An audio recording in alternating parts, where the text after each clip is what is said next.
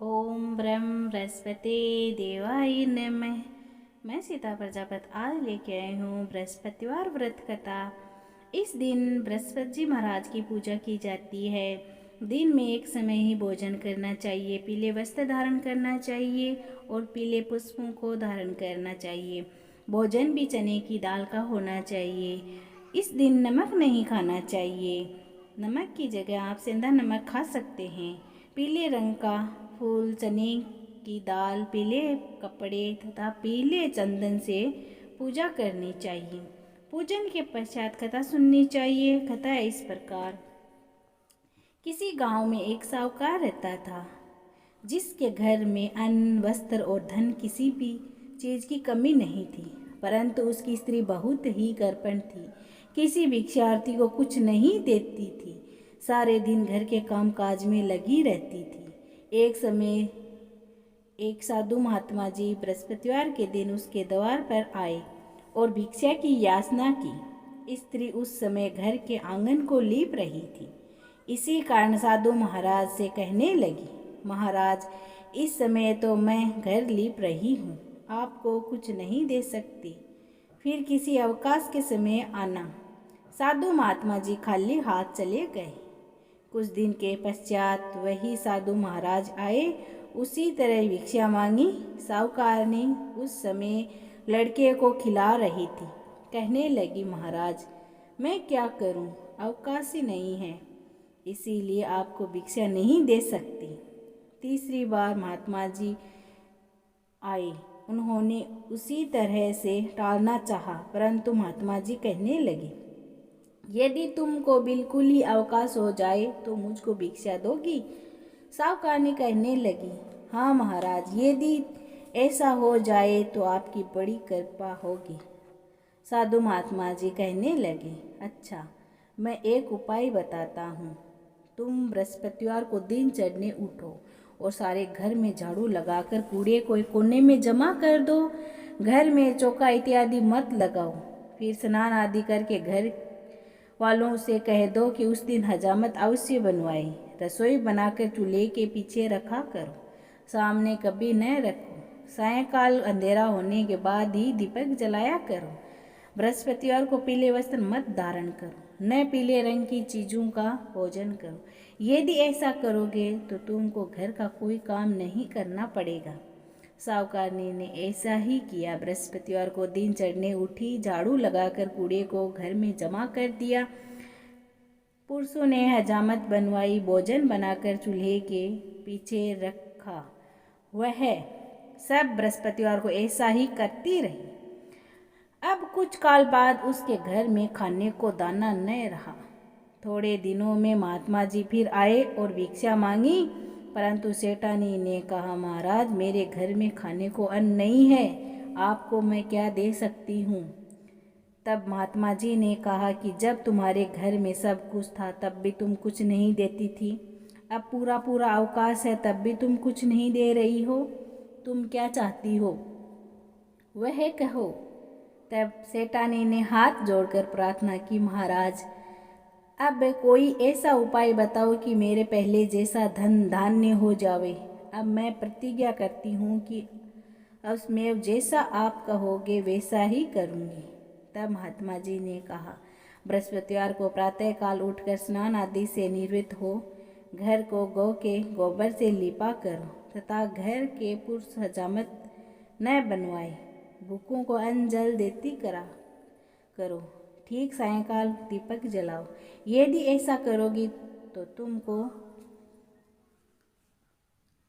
घर में सुख और शांति प्राप्त होगी और तुम्हारी सारी मनोकामनाएं भगवान बृहस्पति जी की कृपा से पूर्ण होगी। सेठानी ने ऐसा ही किया और उसके घर में धन धान्य वैसा ही हो गया जैसा कि पहले था।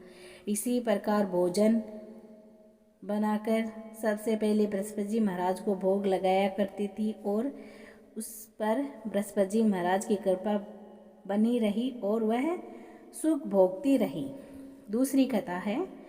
एक दिन इंद्र बड़े अहंकार से अपने सिंहासन पर बैठे थे और बहुत से देवता, ऋषि, गंधर्व, किन्नर आदि सभा में उपस्थित थे। जिस समय बृहस्पति जी वहाँ पर आए तो सब के सब उनके सम्मान के लिए खड़े हो गए, परंतु इंद्र गर्व के मारे खड़ा न हुआ, यद्यपि वह सदैव उनका आदर किया करता था। बृहस्पति जी अपना अनादर समझते हुए वहाँ से उठकर चले गए। तब इंद्र को बड़ा शौक हुआ कि देखो, मैंने गुरुजी का अनादर कर दिया, मुझसे बड़ी भारी भूल हो गई।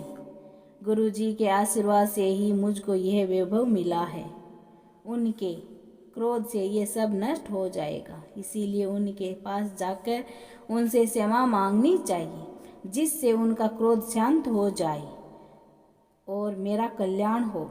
ऐसा विचार कर इंद्र उनके स्थान पर गए। जब बृहस्पति जी ने अपने योग बल से यह जान लिया कि इंद्र क्षमा मांगने के लिए यहाँ आ रहा है, तब क्रोधवश उससे भेंट करना उचित न समझकर अंतर्ध्यान हो गए। जब इंद्र ने बृहस्पति जी को घर पर न देखा, तब निराश होकर लौट आए। जब दैत्यों के राजा वृषवर्मा को यह समाचार विदित हुआ तो उसने अपने गुरु शुक्राचार्य की आज्ञा से इंद्रपुरी को चारों तरफ से घेर लिया। गुरु की कृपा न होने के कारण देवता हारने व मार खाने लगे। तब उन्होंने बृहस्पति जी को विनय पूर्वक ऐसा वरदान सुनाया और कहा कि महाराज, दैत्यों से किसी प्रकार बचाइए। तब ब्रह्मा जी कहने लगे, तुमने बड़ा अपराध किया है जो गुरु को क्रोधित कर दिया। अब तुम्हारा कल्याण इसी में हो सकता है कि त्वष्टा ब्राह्मण का पुत्र विश्वरूपा बड़ा तपस्वी और ज्ञानी है, उसे अपना पुरोहित बनाओ तो तुम्हारा कल्याण हो सकता है।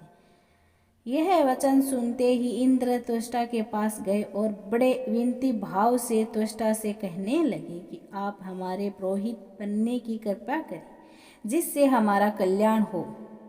तब त्वष्टा ने उत्तर दिया कि पुरोहित बनने से तपोबल घट जाता है, परंतु तुम बहुत विनती करते हो, इसीलिए मेरा पुत्र विश्वरूपा पुरोहित बनकर तुम्हारी रक्षा करेगा।